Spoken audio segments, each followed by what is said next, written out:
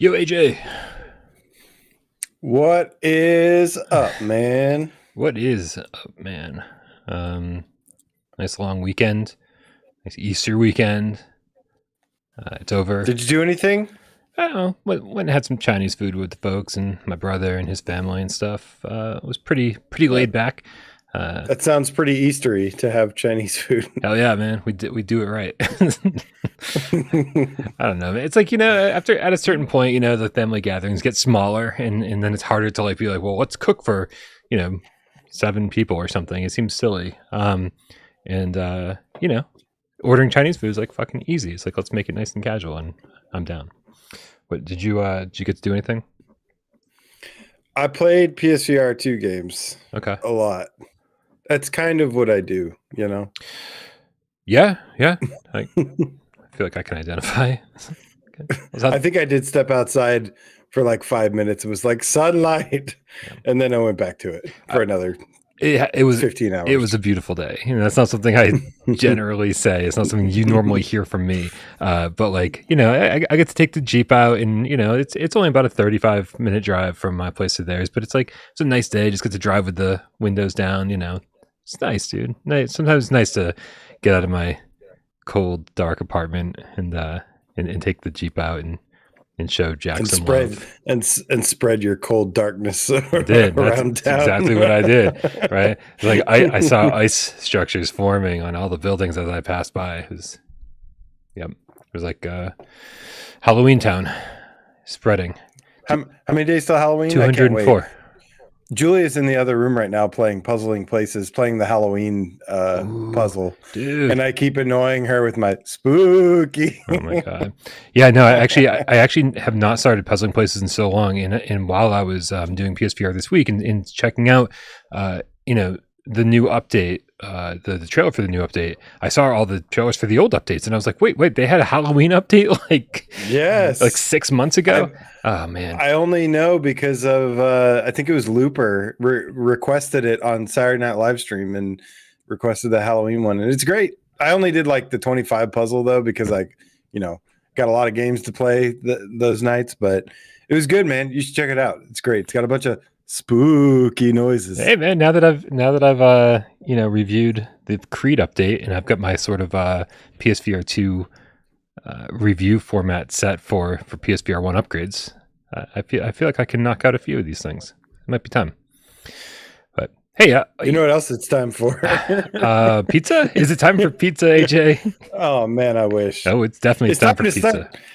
It's time to start the show, Brian. Let's do this. Fine.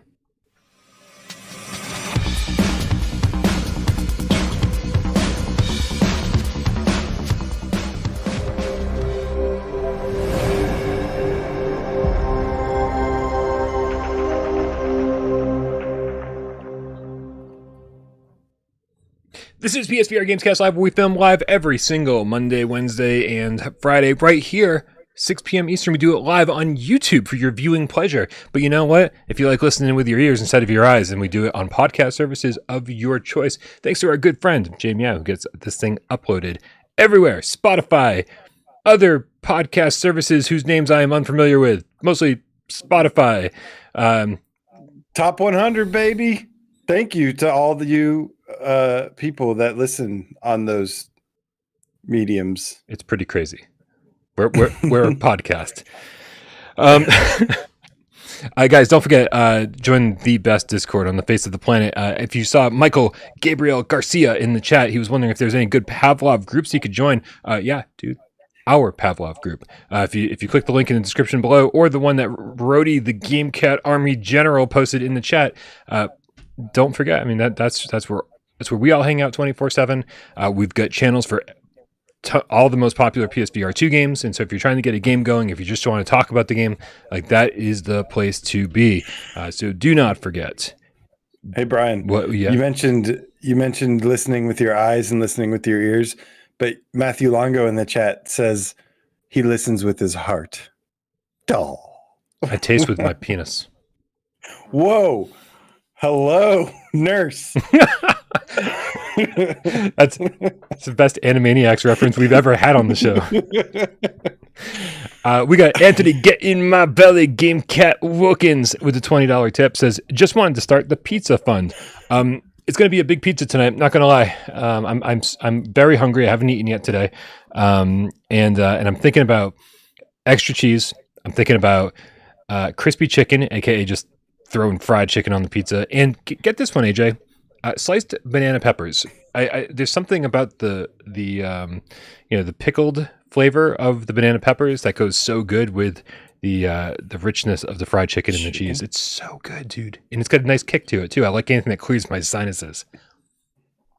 I never got around to trying the taco pizza that you kept mentioning, or taco pizza, but very good. But I do remember you saying pepperoni meatball, and I had that for like 2 years straight.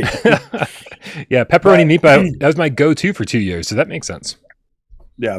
But I'm back on the diet again, so no pizza for me. I should be back on the diet again, but you know what? Whatever. Where am I going? Who am I trying to impress, AJ? The answer is no one. Especially not myself. Thank you so much, Anthony. Get In My Belly, Gamecat Wilkins, for the tip. We really appreciate Get in my belly. Guys, don't forget, as I said, you can join us over on Discord. If you don't already subscribe to AJ over at PSVR Underground, the link for his channel is over in the down below in the description. Make sure you click that, subscribe to his channel. About to hit a pretty big milestone there, AJ, over on the channel, huh?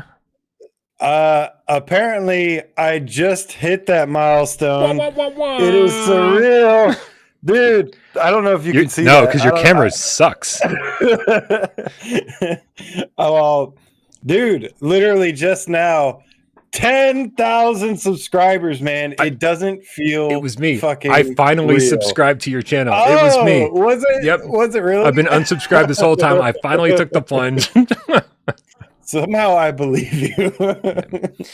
Dude, wow. Thank you, man. Thank you, guys. I appreciate you. Definitely going to have to do some kind of celebration soon, but that's huge, man. That is surreal. Like, that is crazy to me.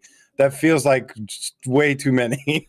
But it's always been the cats, man, that supported me from the beginning. So I'm proud of this community, man, and let's keep it going, baby. Now let's ride in the game feeling with the $5 tip. Says, here's for the chicken and banana pepper topping, you paradigm subverting pizza eater. Listen, when almost all you eat in your life is pizza, you've just got to change it as much as possible. When people say they don't like pineapple on pizza, I say, listen, you gotta do the pineapple, because eventually you run out of different topping combinations. You need to put everything on this thing. Like, I mean, if there was a meatloaf pizza, I would fucking eat that shit. You talked about mac and cheese pizza before, AJ, and I have not tried it, but I am obviously very down. I love how this is just the pizza podcast. Now, this is what happens when we actually start on time. We waste time? We waste about 8 goddamn minutes, Brian. 8 goddamn minutes? Well, that's perfect, AJ.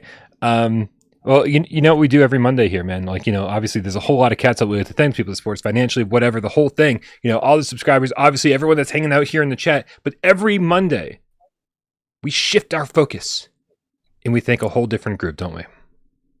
That's right, Brian. We would like to thank those in another way. For those who support us in another way by changing their name to something Gamecat related, or something Gamecat adjacent, as you and something Gamecat adjacent like to say. And this week we have 7 new Gamecats to welcome to the Gamecat Dojo. 7, Brian. Holy shit. Yeah. Yep. It's a lot. the army, it grows. Yep. We're going to kick things off with serial killer. The only so many words allowed here, Gamecat. Bing! Oh, there he is. He's way down on the bottom of the screen, but he's there. Thank you, serial killer.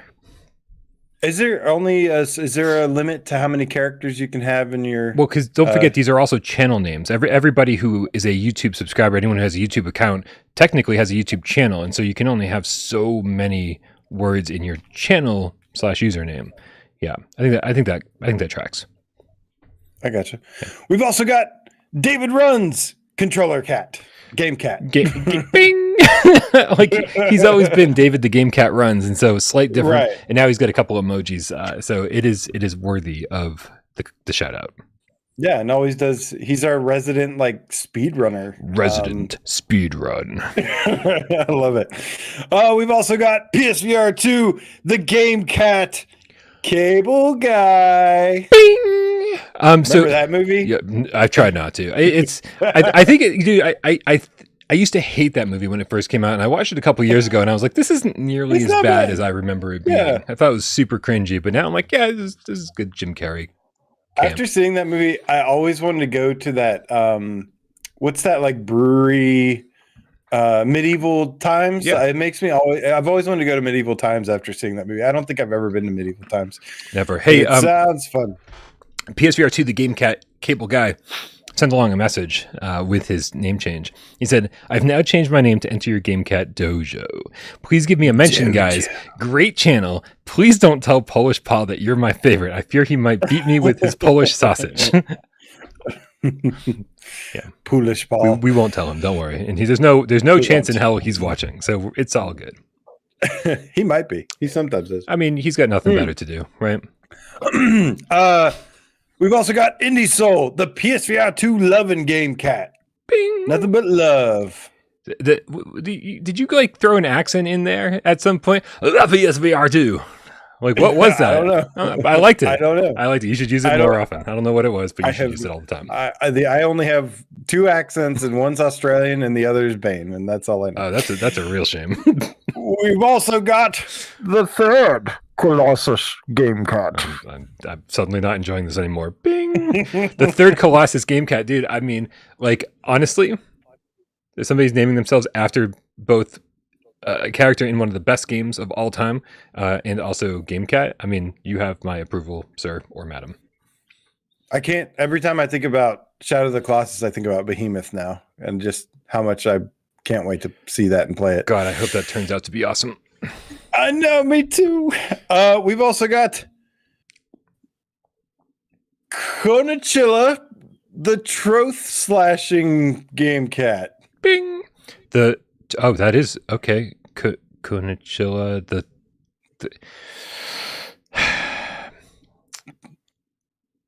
Yep, I got nothing. I got nothing. I thought I was going to be able to decipher that, but that's about as cryptic as Legendary's username. All right. Yep. And we finally, last but certainly not least, I love it, Konichilla, by the way. We've got Sting, the game catastrophe. Sting. Now I got a question here. Yeah. Is that Sting as in the wrestler, or is that Sting as in the police? I mean, because there's a little bit of a difference. I really hope it's the police. Nothing against wrestling. I love the police. No, I hope it's the wrestler. Come on. No, I don't care. Oh man, guys! If you don't know what the hell we're doing right here, these are all the cats who changed their name on YouTube to something the Game Cat, because the Game Cats, of course, are the loyal following of Without Parole, and also the loyal following of PSVR Underground, also the loyal following of Miles Dyer, and also the loyal following. Well, some of them are the loyal following of Virtual Strangers. We don't want to lump all of Virtual Strangers' crew into the Game Cat army because, well, some of them just don't want to be associated with us. So if you change your name to GameCat, please, for the love of God, put hashtag GameCat in the comments below any of my videos, and we will make sure we give you a shout out on next week's show, the same way we just did it for all of these cool cats right here. We got a couple tips to take in here, and I'm going to scroll back to Not Sure Brondo with the $5 tip. Says AJ has the complexion of a corpse compared to Bryan. Wow. No, it's actually just the lighting. AJ, it really is. AJ has better lighting. I am like way tanner than you in real life too. I think. I'm pretty sure. I don't know. No, what I mean, no, not. There's no question about it. You 100% just have naturally, darker skin than I do. I don't know how you do it. It's all parlor tricks he does. He's got a better makeup guy than I do. I'm also 700 pounds. I don't know how I hide it on camera. And according to the chat, I'm 105 years old. So there's some good filters on the camera that I'm using. It makes everything look very natural. Thank you, Brondo, because as much as I like the we're just gonna keep moving. I was gonna make a joke about about him complimenting me, but then I reread the tip and I was like, that's not really a compliment. He's just putting you down, AJ, which I'm always down with. Man Bear Pig Gamecat, he does exist, AJ, with a $2 tip, says, I subscribe to AJ's channel. His top 15 was great. AJ, you made a top 15 PlayStation VR 2 game list. You kind of you teased it a little bit on last week's episode, said it was coming. How did it come out? You happy with the video? I'm pretty happy with it. I'm pretty proud of it. I fought through a lot of freaking burnout and like exhaustion to get it done. So not like 100% perfect in every single way that I wanted, but I'm really, really happy with it. Really proud of it. I stand by that list entirely. And yeah, it's a lot of fun. It's great to have the first of many to come. You know, we'll have our top lists and we'll have our top debates and stuff, and it'll be interesting to see how it evolves with more games. But man, all those games like are just, I've had such a blast playing, and yeah, man, I feel really good about that list. And you'll be happy to know that Resident Evil was number one. Oh, if it wasn't, we'd have a major problem right now. Gran Turismo 7 that's a close contender, man. For sure. And I swear, you know, I always roll my eyes when I see these articles that say like, did this game get updated? Oh, it looks so much better now, blah, blah, blah. You know, I've seen it with like No Man's Sky before the latest patch. Mm-hmm. I've seen it with like a bunch of different things. Like they're like, oh, the mirror is gone. I'm like, okay. They're like, oh, it's not blurry anymore. It's like, no, you just got adjusted to it, or you figured out how to use your headset is all it is. But I swear, man, I swear, and I could be wrong. Somebody tell me if I'm crazy here. I played Gran Turismo 7 over the weekend, and you know, the game initially has like, when I first played it, or at least mostly played it, it was like, there was an obvious loss of detail on the tracks. Like the cars might as well look like PS5 versions. And there was like times where things looked pretty good, but I swear they did something. And I know they had an update recently that brought some of the detail back to the tracks to where like it looked really, really good. And it didn't look like as big of a difference between the quality in the cars and the tracks as there was before. I don't know if that's just me. Maybe it's placebo and I'm just, you know, falling victim to the same thing everyone else is. But I swear it was like there was details in the track that were better, and there was slightly less pop in than before. But I don't know. Yeah, I love that you just described everyone's situation, saying, yeah, no, you just get used to it and you just get blah, and then you were like, I swear that in this case for me it was different. Yeah, I don't know. I mean, it could be just the same thing, but it had been a while since I had played Gran Turismo 7. Like a while as in like, I don't know, 2 weeks. But here's what I think, AJ. For so many people, when it comes to Mura and all the other things that they dislike about PSVR2, those things get magnified in their head. The longer they're away from the game, the longer they're away from the headset, they get magnified and magnified and magnified, and they think about how much they don't like that. And then when they finally get back into the headset, they're expecting it to be bad. And they get in there like, this is actually fine. Yeah, I do feel like it was a little bit different though, because like I'm straight up felt like I was noticing new details that I had not seen before. And it just looked more impressive. Like this wasn't like, oh, it was blurry. This wasn't like I'm literally, I don't know what it was, but I feel like there's more detail in the tracks now that there wasn't before. So the only difference I know that I did was like, I turned down my brightness since launch. Mm-hmm. Like launch, I had my brightness at like 100%. Yep. I've got it to like 60% now. It's a good place, so maybe depending on the game. Maybe a little bit of the lighting update they did or something.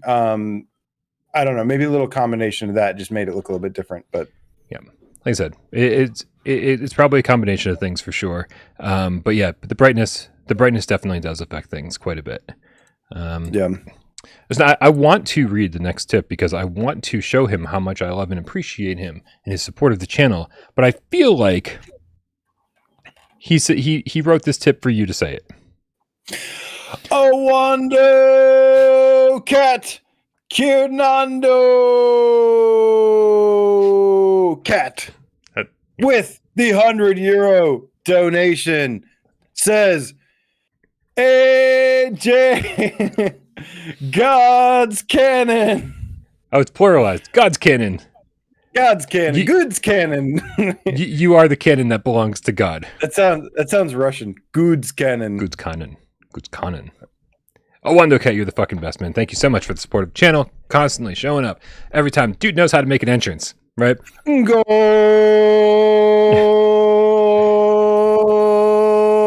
I'm not gonna do that whole thing. He just walks through the door like he's just fucking making it rain as he walks in. He's like, "What's up, everybody?" I'm like, thanks, man. We appreciate you. Ostentatious as it is. Keeping the lights on this month for us, man. Dude, keeping the pizza coming. That's for sure. AJ, you know, fuck the run of show because who cares? What have you been playing? Obviously, have you spent so much time making that top 15 list? Have you had any time to play anything? Oh my god, yes! And it has been such a weight lifted off my shoulders. You know, working full time all the time, it is really hard to keep up with everything going on. And you know, I haven't even got caught up with all launch, and then to do a review for every single game like I wanted to, and then so yeah, getting that list out, I was like, all right, well, at least I feel like a huge weight has been lifted to where I'm to a point to where it's like finally I get to just enjoy some games for a little bit. So, you know, one of the things I've started doing is like I've started analyzing trophy lists because you know I'm planning on getting some platinum trophies. I've been working on Runner a little bit, which seems like a really, really cool one. There's one in there that might be really difficult. But yeah, the other thing I did, Brian, guess what? I beat I beat Horizon Call of the Mountain finally. Woo! Yes, because I think I talked about it last week, and I was saying that I was getting bored. And the cats didn't give you any shit about it, even a little bit. and they actually supported me in many ways. And let me say, man, I'm glad I finished it. I mean, I had planned to anyways, but I was not looking forward to it because I was getting really bored with it. So good news. The second half it does get a lot better. The middle of that game gets really boring. Like, because it's like really exciting at first. It's all new. It looks fantastic. And then it's like the middle, you're just like, like, is this all we're gonna be doing? And like it's not great. But then like towards the end, like it felt like a true like kind of Sony first party title, like with that cinematic adventure stuff, you know, the stuff that was like in Blood and Truth that we really liked. But let me just say the thing about this is that I can finally put my finger on what was bothering me about the game. Because there's two things, I think. It is a good game, but I think where the disappointment comes from is that this should have been a fucking great game. I'm talking like 9 out of 10. Yeah. And it boils down to two things for me that really hold it back a lot. Number one is the freaking voice acting. I do not like the voice actor that they chose for Rias. I think a lot of the dialogue is bad. I think he won't shut up ever, and it was killing me. Really? I actually had it was killing me. Like, I actually had to turn one of the best times I had with this game was turning off the volume, like the voiceover volume completely. And I was like, this is so much better. The game has this amazing soundtrack and these amazing vistas. And I got to hear this freaking guy go, "Oh, I found you, Cog." Like, really? Like, I don't need, and like, he just doesn't shut up ever. And it killed me.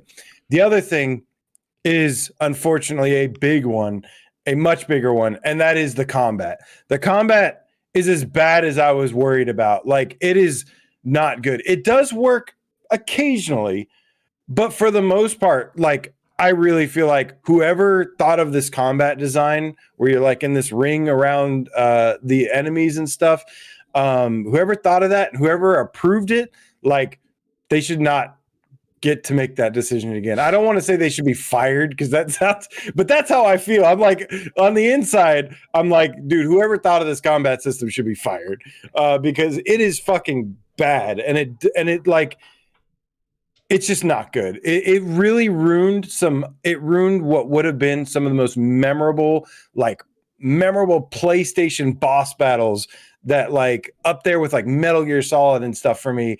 And I was just like, I'm stuck to the stupid freaking ring and I can't turn. Like I have to physically turn and I want to use a button to turn.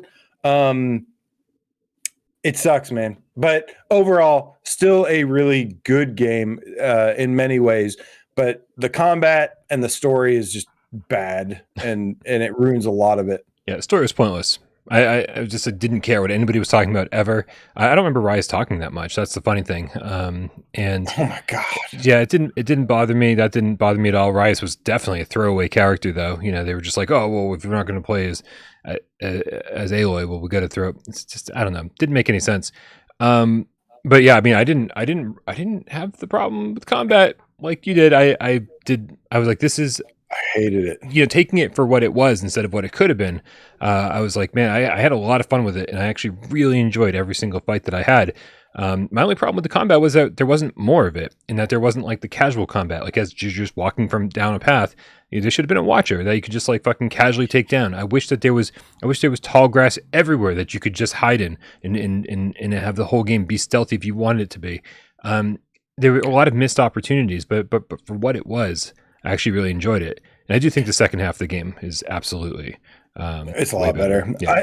I thought I thought there was more combat than, because you know I had been hearing people saying like, you know, it's all just climbing, and there's obviously a lot of climbing in it, but I thought that, but there was like an okay amount of combat. It's just when I got there, it was just so not satisfying to me. Like I was like, I really wish I was, instead of sticking to this ring, like I wish I was running around and freely and hiding behind things and dodging. Like, you know, they had all the right stuff. They just didn't execute it properly, in my opinion. But Leah Darvia says people hate on the climbing, but it's really great.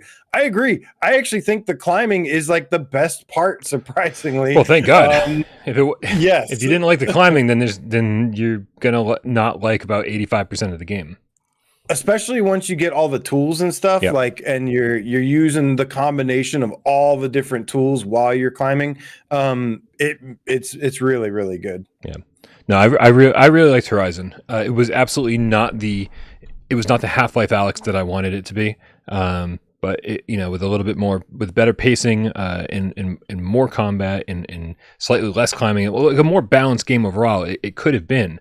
But it was just a completely different game than I think most people expected, and so I think it was a hard one to overcome. Yeah. Dude, I'm glad you finished it. Congratulations. I guess I've been playing a lot of the Light Brigade yesterday and today. It's been nothing but Light Brigade, and I'm having a blast with it. Really, really enjoying just the gameplay loop. I think it's really strange as a roguelite because it's the easiest roguelite I've ever played in my life. It's not an easy game. I want to make sure that's clear. But as a roguelite should be, let me try to get this right. Roguelite should be, you go into the game and you get your ass kicked in like the first 25 seconds. Get your ass kicked and you're sent back to the central hub and you like maybe get to upgrade something. And then you go back in and then you get your ass kicked after 2 minutes and you get sent back to the central hub, and you gradually make it further each and every time you head out into the world. I think that's why like Until You Fall did it perfectly, right? Very easy to get your ass kicked in that game. And then you as a person, you as a player gradually get better, and then you are also upgrading things so that your character in the game is better. The Light Brigade, the first time you play it, you can easily play that for 45 minutes to up to an hour, maybe even longer, without ever dying. And then even when you, I got to the final boss on my first run. That's insane. Like I'm nowhere near that, but they give you, it's almost like they give you too many chances. They do this the Souls thing where if you die, they give you another chance to get to your body, pray, and then get your shit back. Yeah. And you can only do that a couple times until you actually die completely and get sent back to the hub world and then get to upgrade stuff. It's a great game. but unfortunately, I feel like it should have been way harder in order to make sure that like you did not progress more than a few minutes, and then you were forced to keep going back and upgrading, because then it feels really painful when you're like, oh, my first run was an hour and a half long, and I have to go like redo all that now. I do like that it makes it a little bit more accessible, being the way that it's designed and stuff. You know, it's like a roguelike that like anybody can kind of enjoy. To me, what makes that game really special though, it's all about the atmosphere and the gunplay. Like the guns, the gunplay and everything, the mechanics, I think feel really good. The sound design of the game is really, really good. Yeah. It's got a great atmosphere to it. Especially for such a small team and stuff. I felt like they really made it a pretty immersive and great experience. Yeah, agreed. Sound design is great. I do like the audio overall is great. I don't like that they've got the same problem that the Persistence had, where every single footstep sounds like it's literally on the other side of the wall from you. It's hard to judge how far away enemies are. The Persistence had like some of the best 3D audio.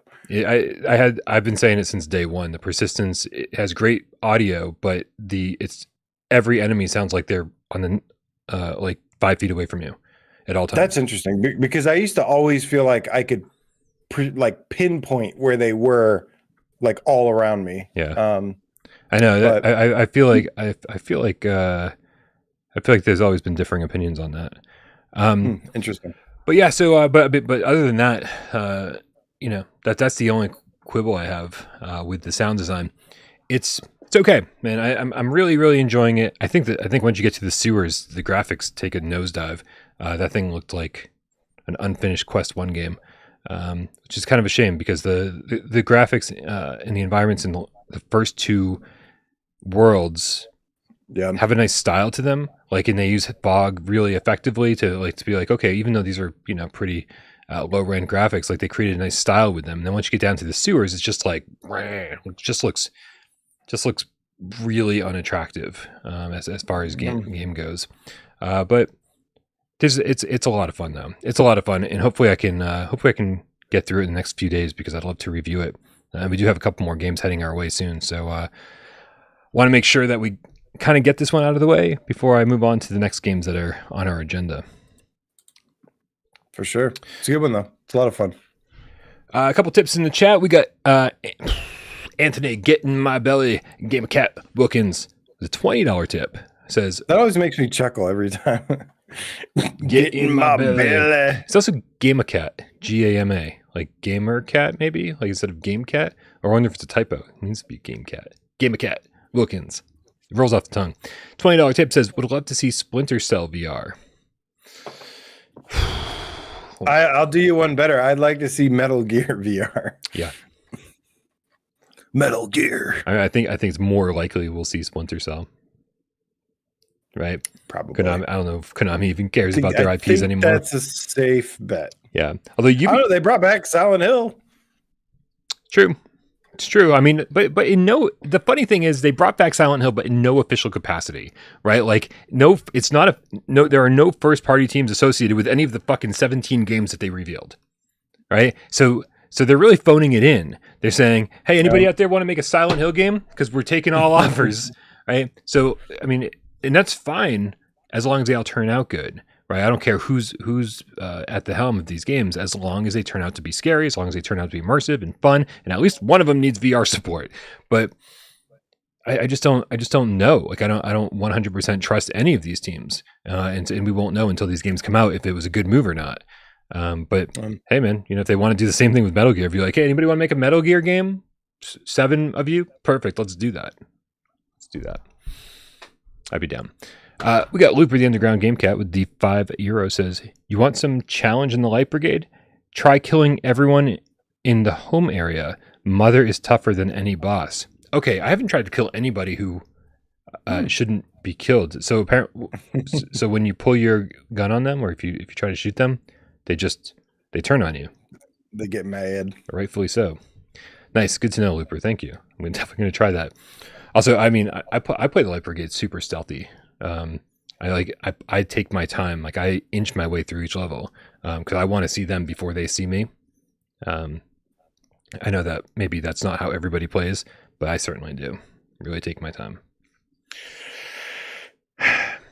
AJ, we got a viewer takeover question, guys. If you're not aware of how to get your questions into the show, obviously you can put them right into the chat. Hopefully we'll see them. You can also tip in the chat to make sure that we read them, or you can leave them over on our Discord in the viewer takeover channel, which I always scan right before the show. The Boffin this time around writes #viewer takeover. Are you aware of any more PSVR1 titles that are definitely being ported but haven't been announced yet? And as a bonus, can you tell us how many without breaking any trust or NDAs? The easy answer is yes. Definitely know about PSVR1 games that are being brought over to PSVR2. But let me tell you this, because I'm going to be very vague about this. What I hear more often than anything else are people saying, we want to make it happen, right? What I didn't totally expect was that all these studios that want to bring their PSVR1 games over are like, it's just going to have to wait, right? Because we're knee deep on our newest project. We want to make sure that we get it out on Steam and Quest and PSVR2, and like, and they're kind of like fighting the schedule on that, and you know, it's a daily struggle to make sure that they stay on schedule. And so, you know what? Fuck it. Yeah, I'll go ahead and break NDA. You ready? This is a GamesCast exclusive. Are you ready? Just for you and your donations. Get ready. Get your Reddit open. Get your Twitters open, and get ready to spread the news. But guys, Beat Saber. You heard it here first.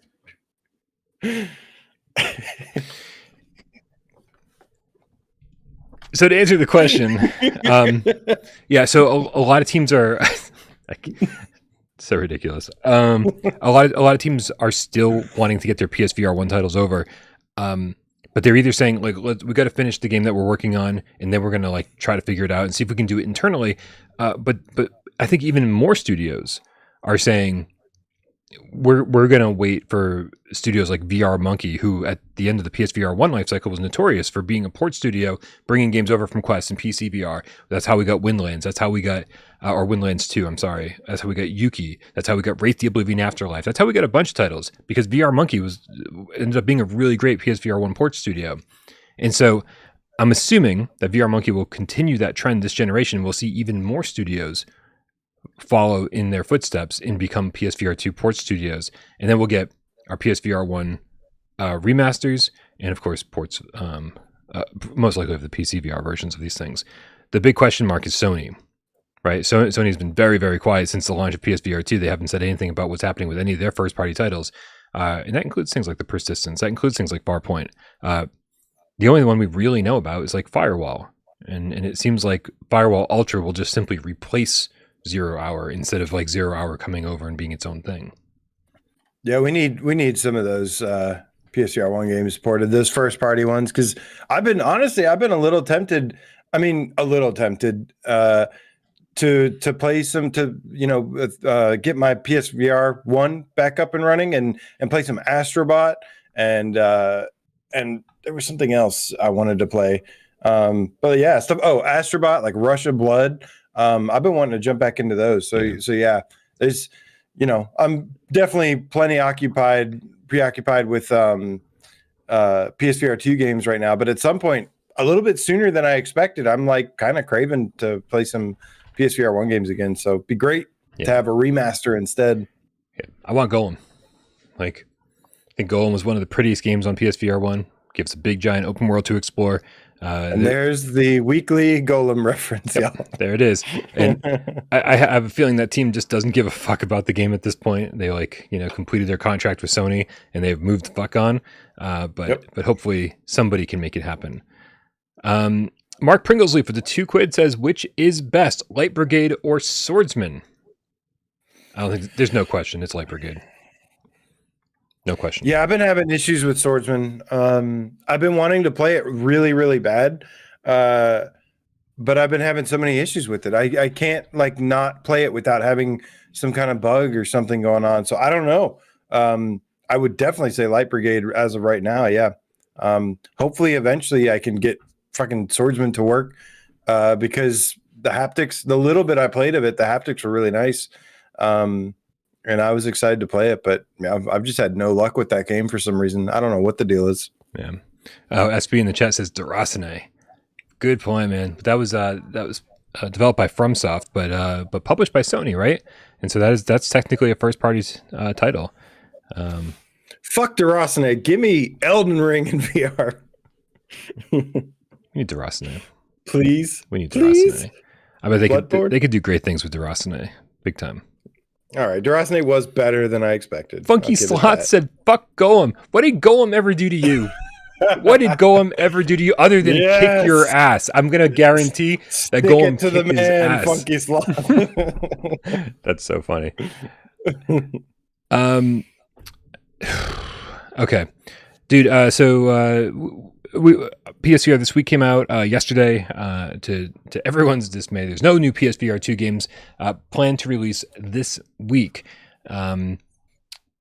I don't think it's to anyone's dismay. If anybody out there is like me, there's so many games to get caught up on, and I'm so happy to have a quick, few days to kind of have a breather. I've got. Oh, it's so nice. Yeah. Unfortunately, I've also got 2 games, 2 review keys sitting in my inbox that need to be downloaded and reviewed. But that's a story for a different time. Today we get the announcement from Perp Games that Afterlife VR has a release date of April 19th. AJ, are you ready for the deluge of PSVR2 crappy horror games to begin? I was so ready to make fun of you for this. Why? Because I like to make fun of you for liking really crappy horror games. That's fair. I'll take that. It's accurate. Like some of them you like, or you just like, they don't.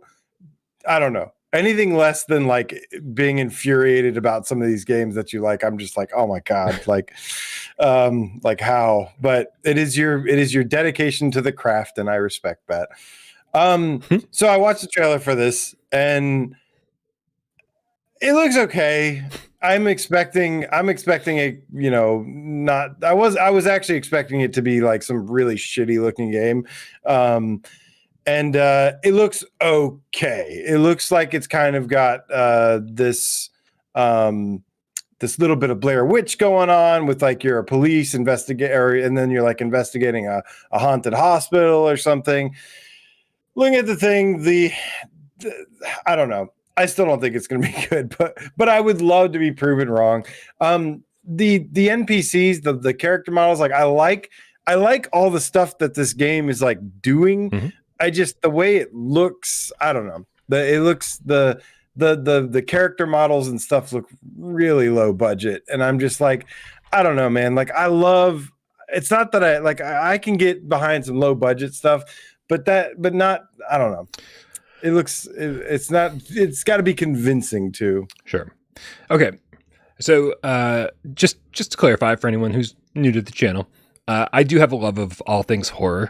Even when they're somewhat disappointing, like the Layers of Fear VR was definitely disappointing.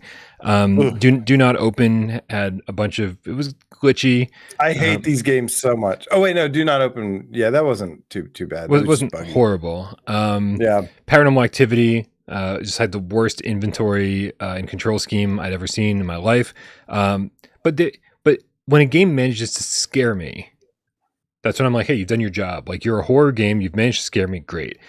So here's the good about this, AJ. The good is that it looks low budget because it is. This game retails for $15 on Steam by Splitlight Studio. I can't imagine it's going to be more than $20 at best when it gets over here. I guess that's the good. If it's going to be low budget, then we're probably getting a low budget price. The good is that I've read through the Steam reviews and people said it's scary. Somebody refunded it because it was too scary for them. That makes me really happy. Here's the bad. The bad is that it's an hour long, and maybe 2 if you do everything the game has to offer. And that is a real bummer to me, because I will take low budget all day. I will take, kind of janky all day. But when it's only an hour or 2 at best, it's real disappointing. VR Demon says Afterlife is okay, and AJ will definitely hate it. Sounds about right. Yeah. I really don't like low. I think there's a lot of genres that are low budget that I think work well, but the horror is just not one of them for me because it sucks out the atmosphere. The one I'm trying to think of, like, how many indie horror games I actually like, and I'm like, is there anything other than Dread Halls that's like low budget indie that I actually like that's horror? And I just like, you didn't play Cosmo Dread, right? The follow-up on Quest. I didn't play that. Yeah. No, but that's the same people as right. Right, but that guy knows what he's doing. Yeah, right. That one guy. Sergio has his fucking budget horror all taken care of. Yeah, no, I mean, yeah, I don't know. Oh, by the way, I think the chat is saying that I said "do not open" instead of "don't knock twice." If I said that, my apologies. It's easy to say. Oh God, the "do not open" one. Do not open. It never came to VR as anticipated. It was it got changed to Overdark. All these games have horrible fucking titles too. Like even Afterlife. Why isn't it called? What did it say? It said something in the trailer, and I was like, why didn't you just call it that? Like Night Watch, or something. Well, no, I think that is something else. Yeah. No, I mean, and this is also like the third game in the course of 2 years that used Afterlife. We had like Afterlife VR already, which was like an interactive movie on PSVR1. We had Wraith the Oblivion, Afterlife, and now we're getting Afterlife VR. It's just, yeah. God, the names are so bad. It's like Retribution. I watched Alien Resurrection the other night. Oh my God, why? Dude, do you know that Resurrection is only mildly worse than Alien 3? I believe it. I think I talked about this during my Village stream, but for whatever reason, the only Aliens movies I'd ever seen in my entire life were like Alien and Aliens. And I remember Alien 3 being no other aliens, Brian. I remember Alien 3 being a very big deal when we were kids, being like, and I was too young to see it. My parents would let me watch. No other alien. Please make it happen. Give me one of those Men in Black things and just fucking clear my memory because Alien 3, I mean, no offense to anybody that likes it, not a good movie. Just not a fucking good movie at all. It's really weird. I tried to watch them like back to back again or whatever. I actually used to like Alien 3 when I was a kid, when I was a lot younger. And what I realized was, Alien is amazing, forever classic, of great horror movie. Yep. Aliens is also amazing. Agreed. But it's like very much an action. It's like so action packed. It's less action packed than you remember. I watched it recently, and I was like, waiting for the action to kick in, and I was like, it's not nearly the horror movie that Alien was, but yeah, it's more action. It's thrilling. And then Alien 3, what I realized was they tried to make like a drama out of, like, it reminded me of like a drama soap opera with like the Alien universe, and I was like, this just doesn't work. Yeah. Like, no, dude, in the special effects are horrible. Like, this was a big budget movie in the mid 90s, early 90s. And like, there's a lot of movies from that era where the special effects hold up enough. Dude, they're just fucking bad. They're just bad. So, but who's Aceville in the chat says Resurrection is bad, but it's not that bad. Dude, you got to remember that Resurrection is the Alien movie where like aliens and humans bred and created like hybrid human aliens. And so then you just have like this like really horrible monster at the end of the movie that looks not scary, but just like baby. It's like a baby monster. No, it's full size. It's like a human baby monster thing. It's horrible. It's horrible, and it's laughably bad. And all it did, AJ, was make me want to see more. So I'm watching Prometheus soon, and then I'm going to watch Alien Covenant. I can't imagine things are going to get much better. Prometheus is actually not too bad. Okay. It's not great, but it's not too bad. I almost walked out of the theater of Alien Covenant because I hated it so much. But you know what? I think, strangely enough, SB clarifies some things here in the chat. He says it depends on which cut you're watching. The special edition of Aliens is a much slower burn. And I am watching these things on Blu-ray, like I get the box set, and so I am watching the special edition. So there's probably a lot more build up in like the director's cut or whatever it is. All I know, Brian, is that Servios better not fuck up this Alien game because we need a win here. We need a win in the Alien column really bad, and it makes me super nervous that we have to rely on Servius to do so. Now, Ryan in the chat is saying that Prometheus and the Alien Covenant are both good movies. So that's on my to-do list this week. If anybody wants to get caught up after I watch them. Okay, so this game is coming out next week. It's the 18th, right? A week from tomorrow? So it's a Tuesday release. We don't have a price on it. Hopefully it's $15, especially for that length. And it'd be really nice, dude, if here we get the PSVR2 version. It'd be nice if we got some additional content. Highly doubt that's going to happen, but I'm oddly ready, AJ, for some budget horror titles coming my way because I'm very excited and happy for you, Brian. No. Here's what AJ really just said. No one trusts Brian's review when this game comes out. That's really what you were saying. Very true. Tiff in the chat says Prometheus was crap. You know what? I'm done with everybody. I didn't see it. I haven't seen it. I just don't believe it's crap. Can it be crap? It was. Yeah, I didn't like it the first time I saw it, but then after some time passed, I went back and watched it, and I was like, okay, there's like things to like about it, but yeah, it's not like a great movie, but it's got things about it that's okay.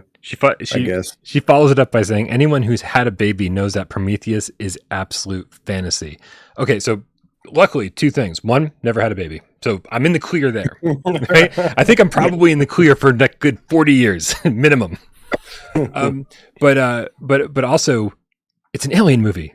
Isn't this like kind of like it's sci-fi? Like sci-fi is a type of fantasy. Like, I mean, okay, you know what? I'm not going to defend the movie that I haven't seen. I just like making fun of Tiff. AJ. Brian. That was a long, derailed conversation into, I don't know, God knows what. Hopefully Sci-Fi Gamecat Henry enjoys making timestamps tonight, because that one's going to be a nice long fucking block of our aliens like movies garbage, probably. The podcast within the podcast. Right. Oh, man. So the other news that kind of broke today was that we got the sales chart, the monthly sales chart on the PlayStation blog of the top selling PSVR2 games for the month of March. Woo, money. Who got paid this week? which devs got paid and which ones went homeless? We find out right now. Wow. All right. Well, here I'm gonna bring it up on the screen here, and I'm gonna scroll down. Didn't there used to be numbers next to these games? Now it's just like a list. There never used to be numbers. No, it was just no. How it was just always just a list. It's shocking that Sony can't do something right. Okay. Okay. So let's see. So on the left hand side we've got the U.S. and on the right hand side we've got Europe. Starting at number 10, Job Simulator. Fuck my life. So done, dude. So done. This is the one thing we didn't want. Nothing against Job Sim. What's wrong with y'all? We have 40 amazing games to play at launch, and Job Sim is still ranking on the sales charts for PSVR2. Unfucking believable what is happening here. We need to get more reviews done, Brian. That's what's happening. We need to just make a hit piece review on Job Simulator. Just talk about how it's the worst game ever made. Dude, like Cosmonious High isn't even on this list. Spoilers. We'll just make shit up and completely slander it. Like Miles and I were talking on Friday's show, and we were saying, like, wow, like Cosmonious High really is the epitome, the culmination of everything that Alchemy has learned from making Rick and Morty, from making Job Sim, from making Vacation Sim. Like, they put all of that together and said, we're going to make the most VRAF game that we're capable of. Now we have teleportation, like locomotion. You can actually move around in these places. There's tons to do. There's like this cool progression system, like powers to didn't chart. It's fine. It's good. Yeah, it's all right. Possibly the best Alchemy game yet. Didn't chart. Well, to be fair, it's like I didn't even want to play it really, like until I played it, and I was like, oh, it's not so bad. What do we got next, Brian? Well, over here in the States, we got Drums Rock.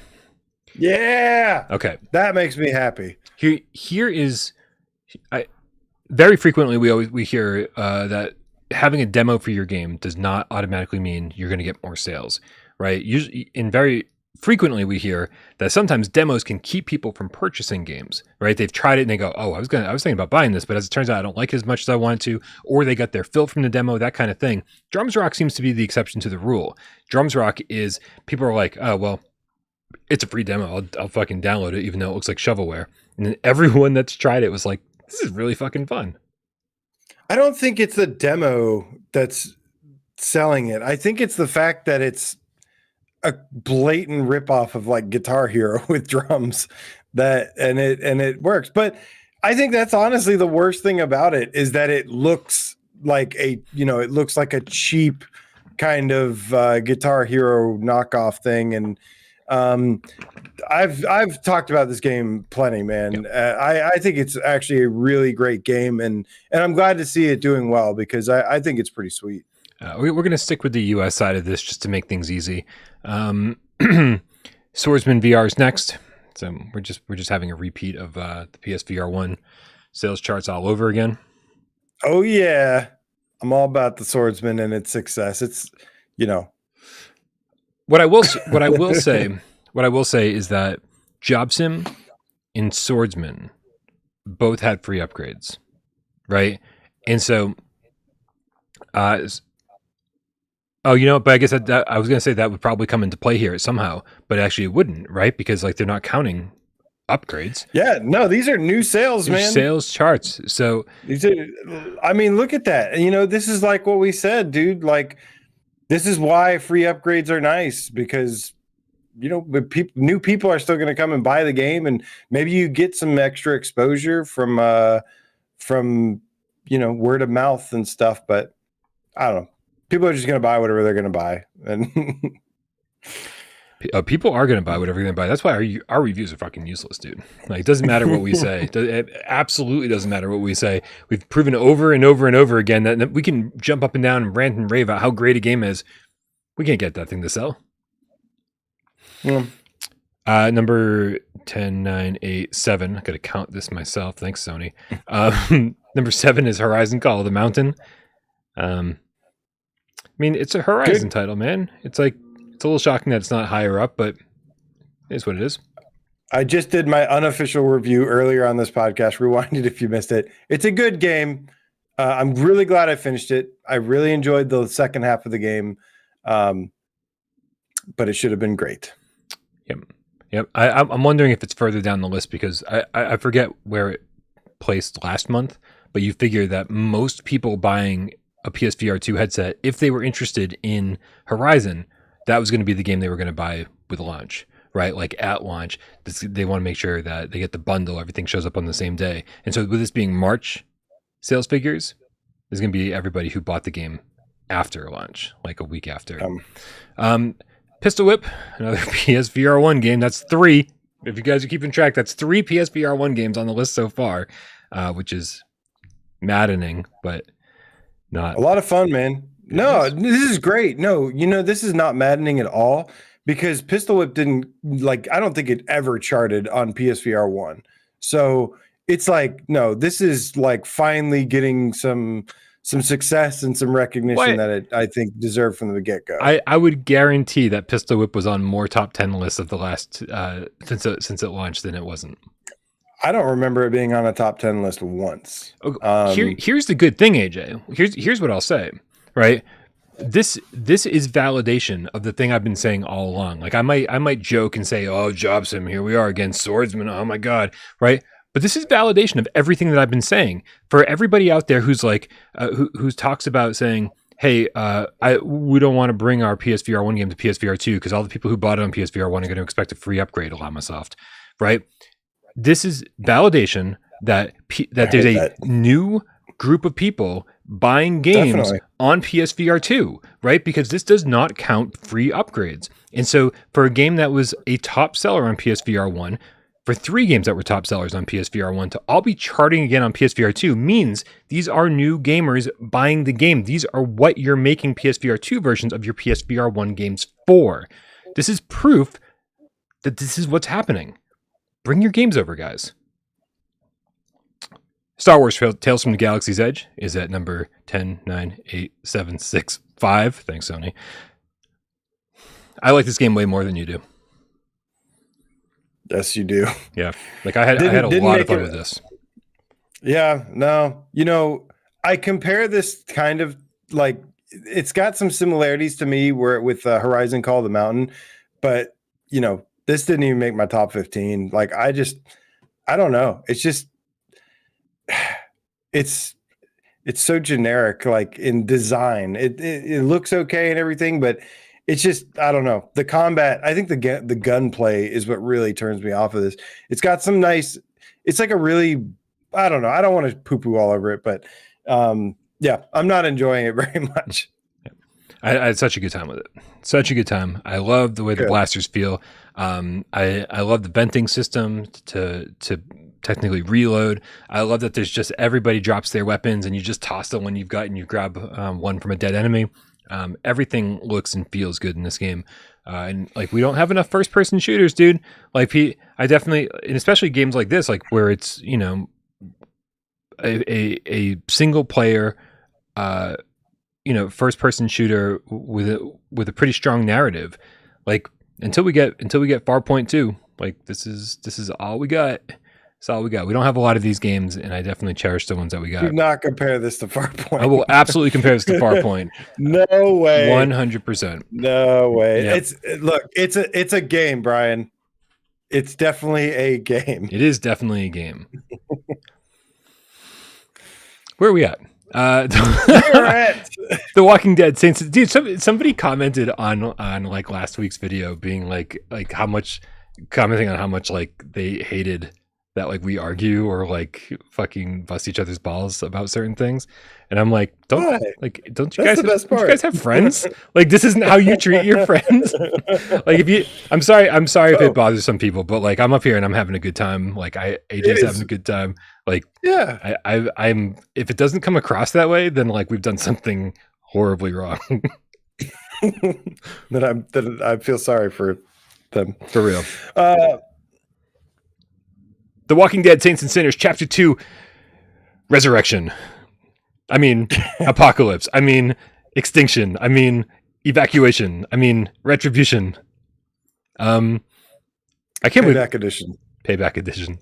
Yeah. This came out kind of late in the month. So the fact that it tracked on sales charts means very, very good things for it. Yeah, you're right. I was thinking, didn't it? Yeah. Interesting. I was thinking it was on the last list, but yeah, there's no way it could have been from the one from February. Dude, I mean, yeah, excellent game. Obviously does some of the best things ever. There's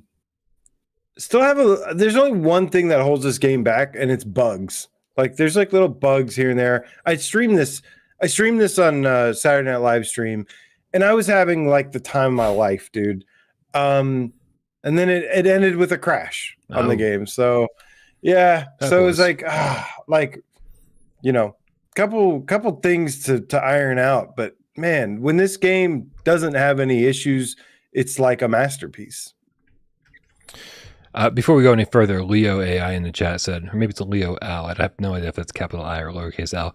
I said, worth noting, Resident Evil Village and Gran Turismo 7 made the PlayStation 5 sales lists. That is absolutely worth noting because you're not going to see hybrid games like that on this list. You're not going to see Gran Turismo 7 or Village because you can't gauge who's buying those games for VR specifically, so they just don't include them, which is crazy because those are the two best PSVR2 games we have. And the fact that both of those games have been out for a while and showed up again on the sales charts means that people are buying them for PSVR2.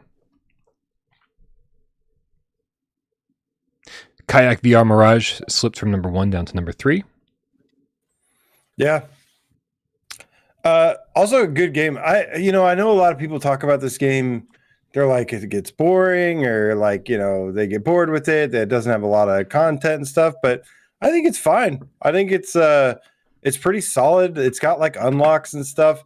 I think it looks beautiful. I love I think they did some nice work on the haptics.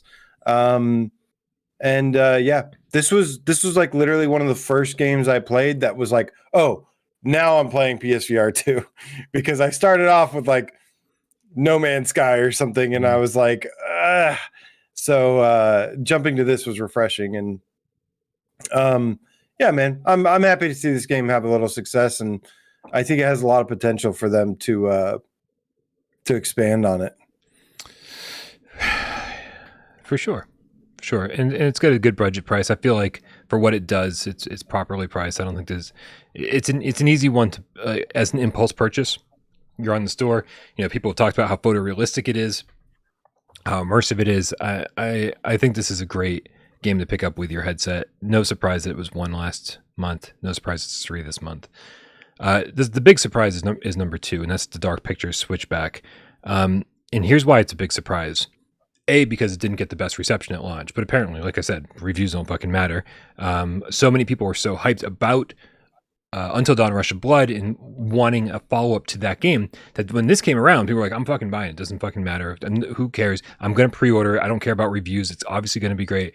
But then it doesn't track at all on the EU list. Like, at all. It's number 2 in the US. Does not appear on the European sales charts. Yeah, it's really weird. Which, by the way, it was pointed out to me in voice chat earlier, that Synth Riders appears on the EU sales chart, but does not appear on the North American one. Oh, yeah. Good for Synth Riders. Good for Synth Riders. Who's a good Synth Rider? You're a good Synth Rider. Yes, you are. And then, of course, that brings us to number 1, which is Pavlov in both the EU and the US. Pavlov, baby! Yep. Woo! Right. What damn good game. Deserving of all the love that it's getting. It's some of the most fun you can have in multiplayer right now on PSVR2. And again, dude, and talk about pricing your game accordingly, right? So we keep seeing these ridiculous price tags for games that don't deserve them. And Pavlov is $25, and I was like, really? That's it? Like, that's all you're going to charge? Like, all right, cool. Yeah, I love to see them get number 1 here. It is such a good shooter. I played it Saturday as well, and just, man, I had so much fun. Like, it's so polished. It's $25, man. Like you said, like, it's so well priced, and it's such a great shooter. It's got a lot of different modes. I was playing like the Counter-Strike mode, and I had one of these like classic Counter-Strike kind of matches where like we were just dominating at first. We got like 7-1. And then they started coming back on us. And then like it was just like back and forth, and we like squeaked out the win at the end. And man, it's just, again, really, really should get a lot of credit for, it looks great. It looks like a PSVR2 game.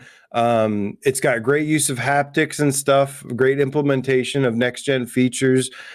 And it's like smooth. It's a very smooth experience. There's not a lot of like, I don't know about like many bugs or crashes or anything with this game. I mean, no bugs or crashes as far as I've seen. However, there's definitely things that need to be fixed, right? Like the spawn kills are bad, right? You got 10 people in a lobby, and very, very frequently there are problems with people spawning in right next to each other, and so I died a lot from that. I know a lot of people have complained about that. But was that deathmatch or team death? No, I had that issue too, actually. Yeah, you're right. There's some maps. Some maps are way worse than others. Oh yeah, I mean, obviously things like the bridge, which is like ridiculously small, are way worse. But it's not so much a problem with team deathmatch, right? Because they sort of, I believe, they kind of split the teams into 2 different areas of the map. It's way way less of a problem there. But like any free for all game, it's definitely a problem. But yeah, dude, like. We gave Firewall back on PSVR1 a lot of credit. They're like First Contact is really, they're really pushing, because they're not like the big AAA team that a lot of people thought of them as, but like they really did put out a polished product.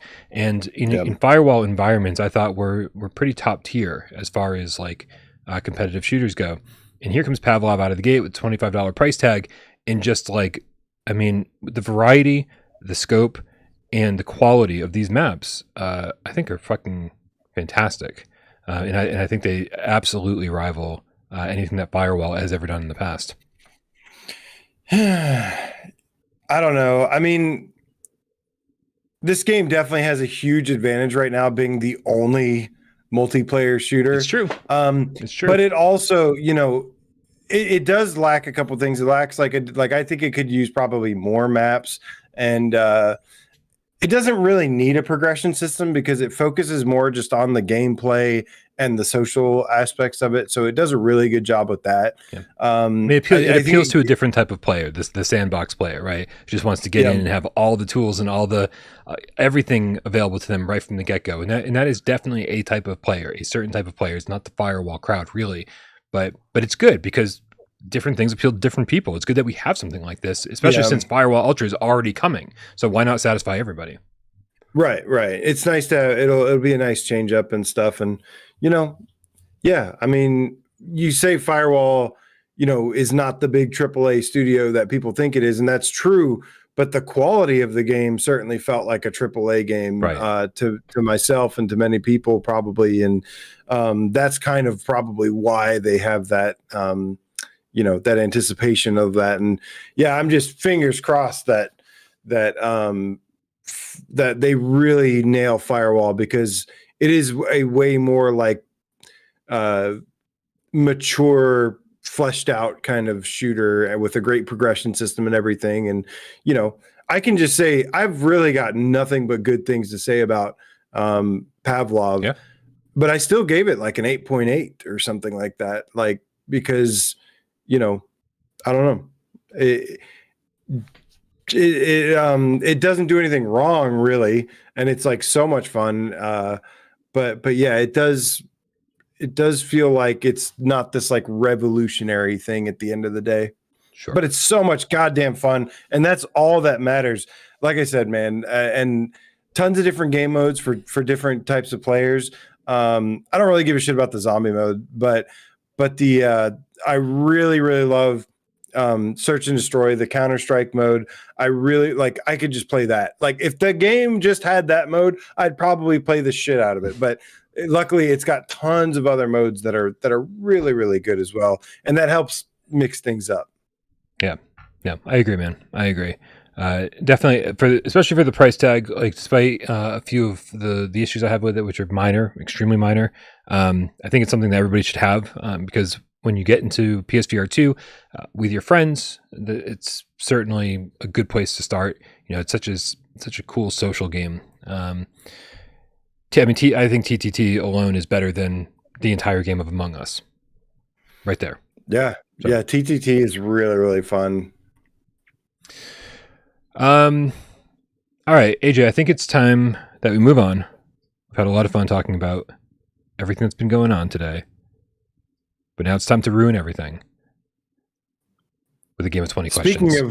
Speaking of ruining everything, what are we ruining? GC13, the Diet Pepsi Cat, is here to ruin every goddamn thing.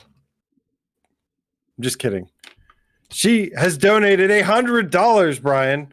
Uh-oh. She's trying to give us hush money to stop talking about the issue Satan Sitters has. I just Tiff, my review's out. I can't change the score. I'm sorry. Sorry, it says that's the best it's gonna be. I like how they waited for our reviews to introduce all the bugs. I'm just kidding, but yeah. GC13, the Diet Pepsi Cat, with the $100 tip. You guys are so fucking generous, dude. I don't even know how to express. What is the little emoji she used? That's beer, man. That's cheers and beers. Oh, cheers to picking on friends. I get it. I love the quicksand that you both walk on. Is that an expression? Is that a threat? I think we're in trouble. I can't tell if that's a threat or not. Okay. Seems threatening. This is going to be a fucking kick-ass pizza tonight, AJ. That's all I got to say between OWANDOOOO and Tiff. Unintended Studios with the $5 tip says, with all the hype. Also, thank you, Tiff, in case we weren't very clear. Yes, we love you very much. Thank you. By the way, she took back her tip after I said I'm not changing the review score. Unintended Studios with the $5 tip says, with all the hype, I'm just going to be that guy again and say I still hate Pavlov purely from the lack of adjustable controls in placement. I mean, options are always better than no options. And I just feel it's interesting, right? Because I've been playing the Light Brigade nonstop since yesterday and today. And it's just so funny how you've really got to learn to adapt from one game to the next. And at first you're like, well, why didn't they do it like this? right? Why isn't this game more like that game?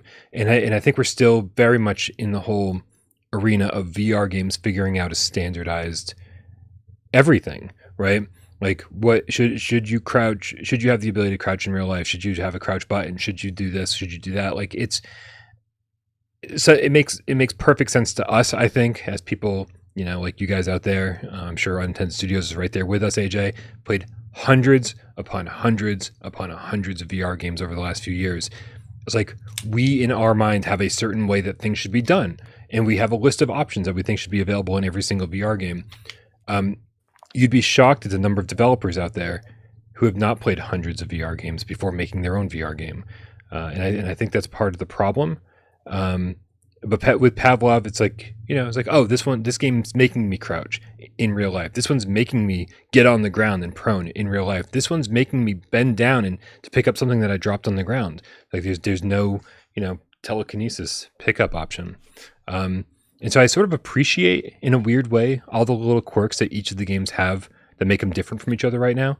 But I also totally understand why somebody would be like, fuck this game.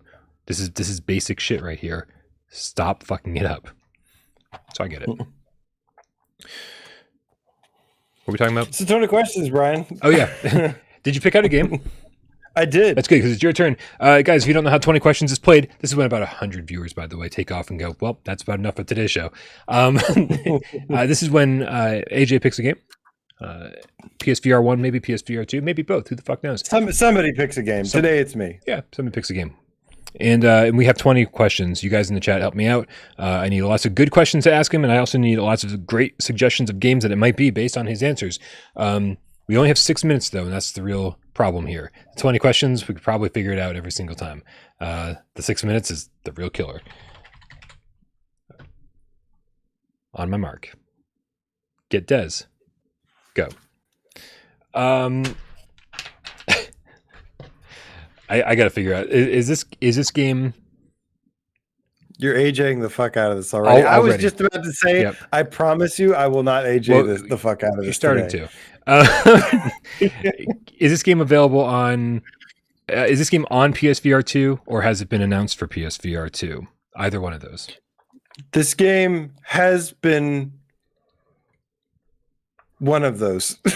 Has been either or. So it's either on PSVR2 or it's coming to PSVR2. That was weird. Yeah, no, I know. Yes. Yep. Okay, so we're gonna call it PSVR2 game. Was it also on PSVR1? This game was also on PSVR1. Do you shoot things in this game? You can shoot things in this game.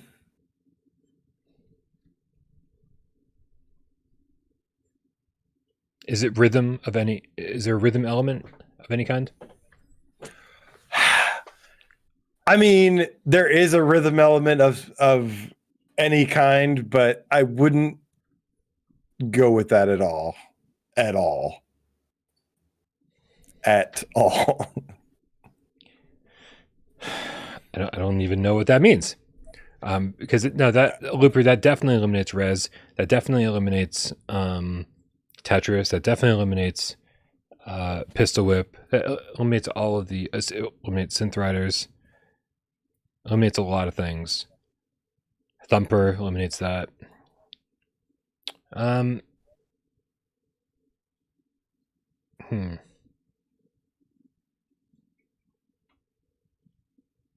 Is this game out on PSVR2? No, this game is not on PSVR2 yet. Guys. So it's been announced. It's a PSVR1 game that's been announced for PSVR2, but is not out yet on PSVR2. That limits things immensely.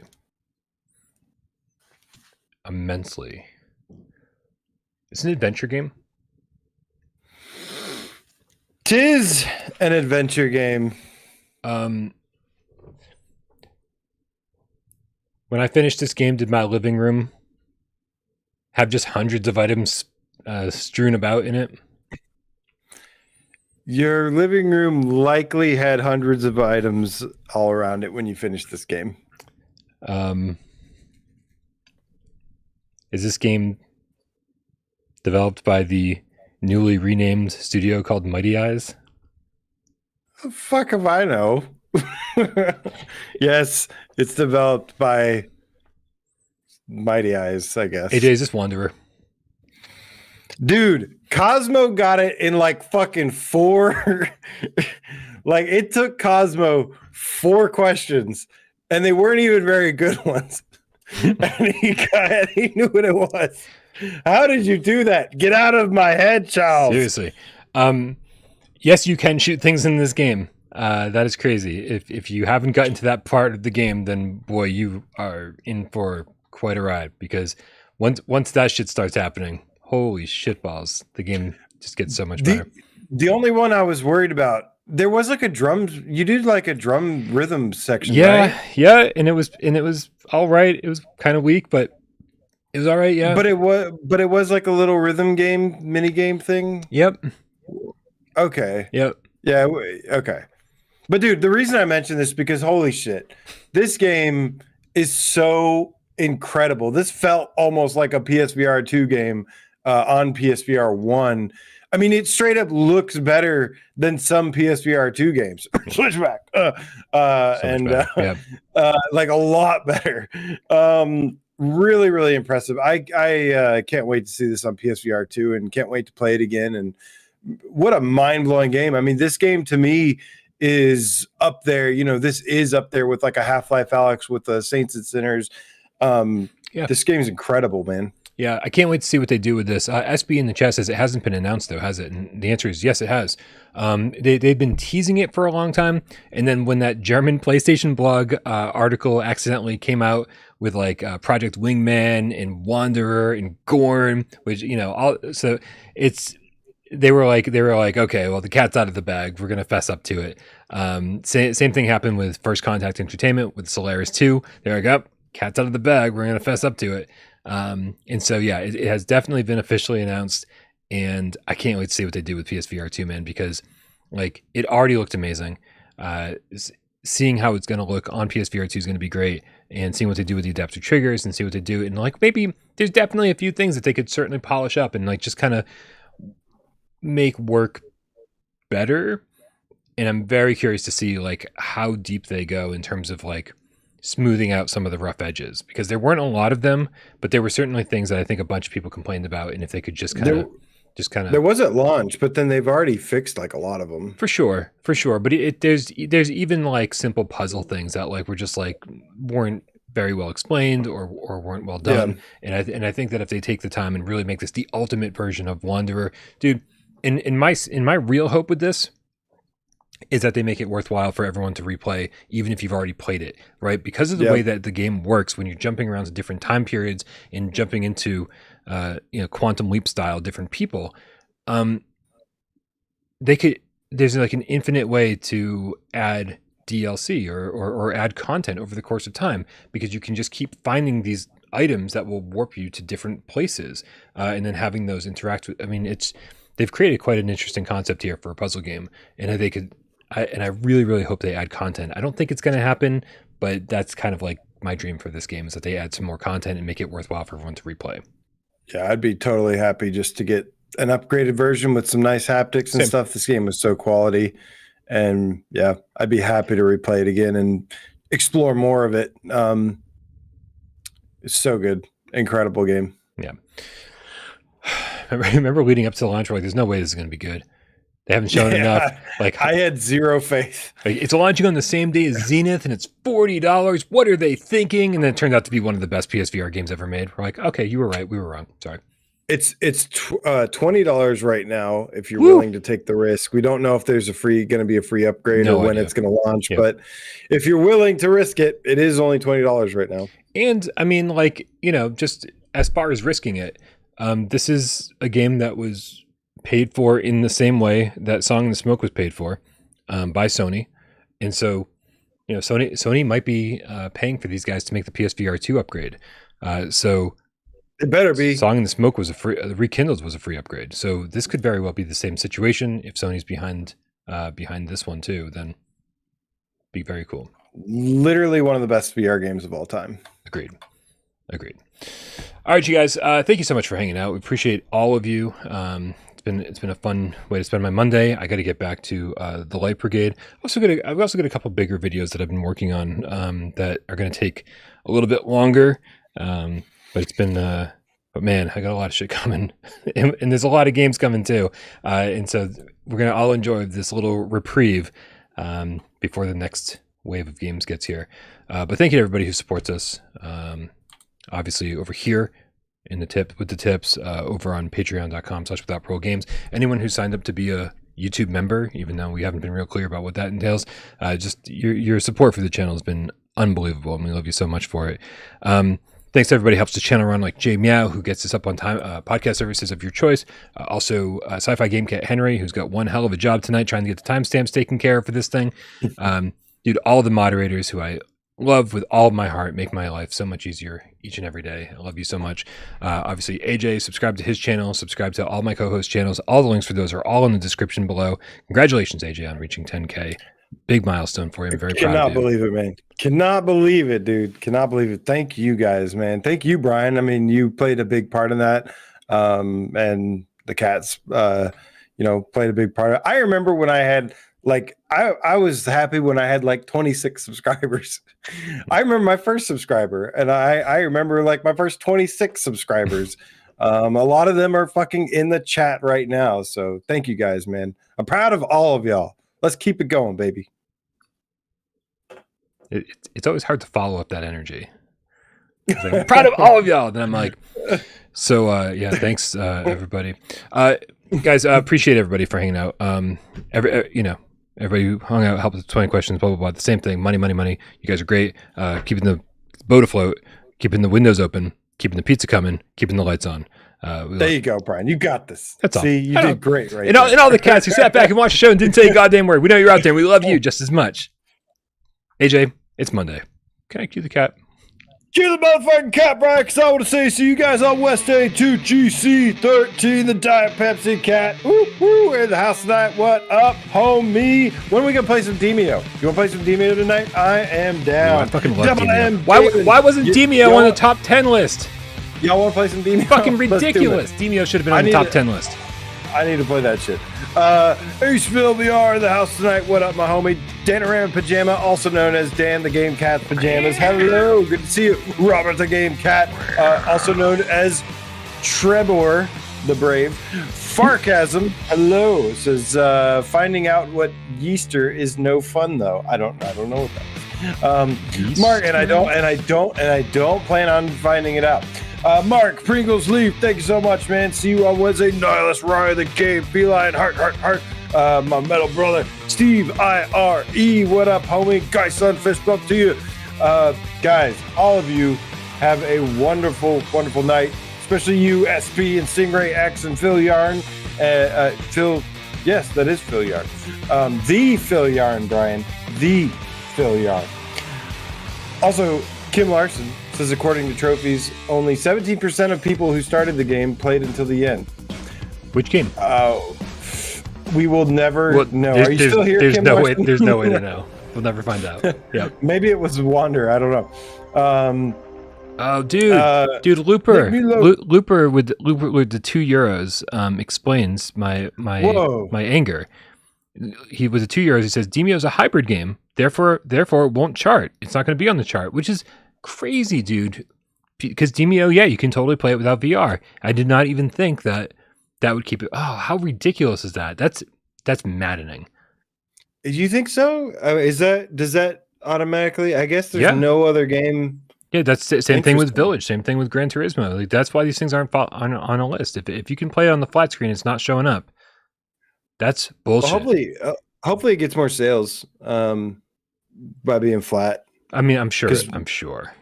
What an amazing game. Yeah. Double M Gaming says, why is it being hybrid matters? Because you don't know who people are buying it for or what people are buying it for, right? That's why Gran Turismo 7 is not on the list, because most people who are buying Gran Turismo 7 are buying it for the flat screen. And so if you can't just put it at the top of the PSVR2 sales list. Yeah, right. It wouldn't make any sense at all. So it sucks though, because if there was some way for them to gauge who's buying this game and playing it in VR, and then boom, but yeah, I don't know. That's really complicating things quite a bit. It sucks. Hmm. Are we playing Demio? You want to play some Demio? I don't know, man. Maybe. I'm hungry. We're gonna carry your ass to the finish line. I'm hungry. Carry my ass to the finish line. Carry my dude. I'll tell you who's gonna carry all of our asses to the finish line, and that's Connor. Connor's gonna carry all of our asses to the finish line. I fucking love Connor. Connor, right?